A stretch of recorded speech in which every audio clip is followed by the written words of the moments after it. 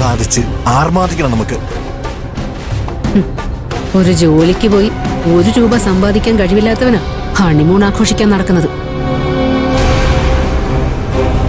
കോടമഞ്ഞിനോയ് താഴ്വരയിലോ രാത്രി മുല്ല പൂക്കുമ്പോൾ താനന്നാന താനന്നാന.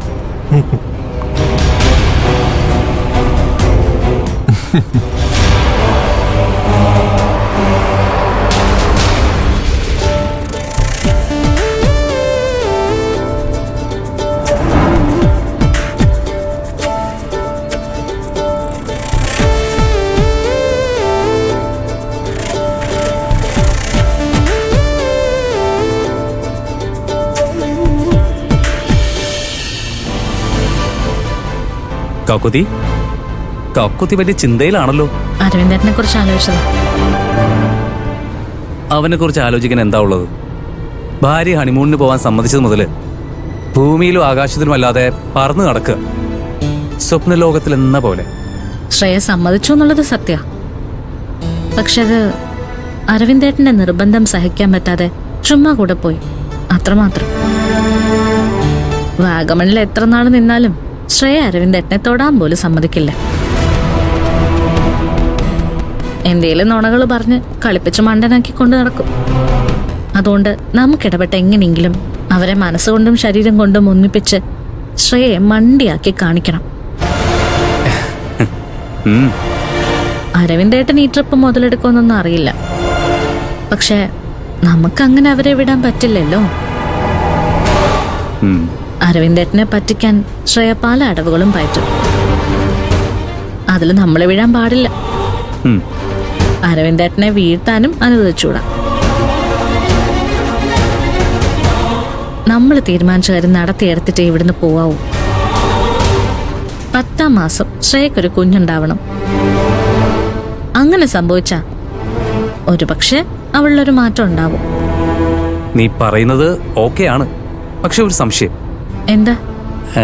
അരവിന്ദിന്റെ കാര്യത്തിൽ കാണിക്കുന്ന ഈ ഇൻട്രസ്റ്റ് ഉണ്ടല്ലോ, അത് നമ്മുടെ കാര്യത്തിൽ കൂടി ഉണ്ടായാലേ ഈ അക്കുച്ചേട്ടന്റെ മനസ്സ് നിറഞ്ഞൊഴുകും. അല്ല, അവരെക്കാളും സീനിയേഴ്സ് നമ്മളല്ലേ?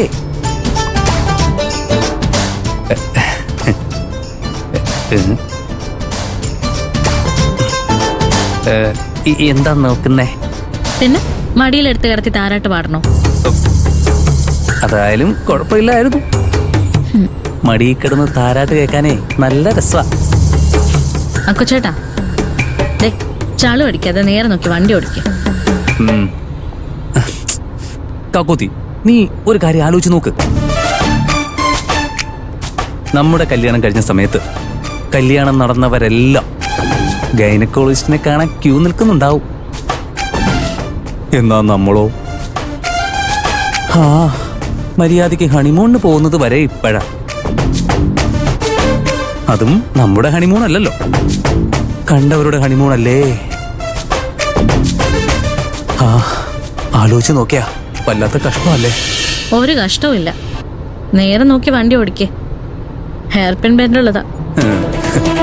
ഹെയർ പിന്നൊക്കെ വളച്ചൊടിക്കാൻ പറ്റും, പക്ഷേ ഭാര്യയെ പറഞ്ഞ് ജയിക്കാനാ പാട്.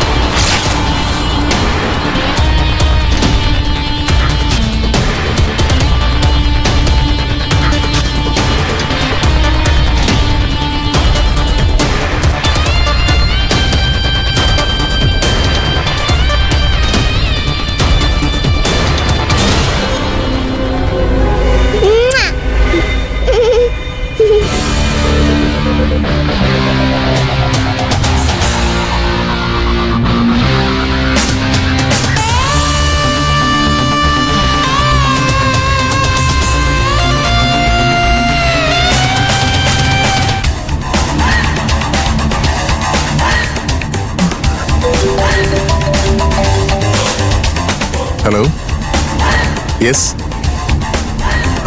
പുതിയ മോഡലിന്റെ ലോഞ്ചിങ്ങാ. 4-wheel ഡ്രൈവാ. നല്ല പെർഫോമൻസ് ആണ്. ജിത്തു, ഞാൻ പറഞ്ഞിട്ടുള്ളതാ ഡ്രൈവ് ചെയ്യുമ്പോൾ ഫോണിൽ സംസാരിക്കരുതെന്ന്, അതും ഹൈ റേഞ്ച് റോഡ്.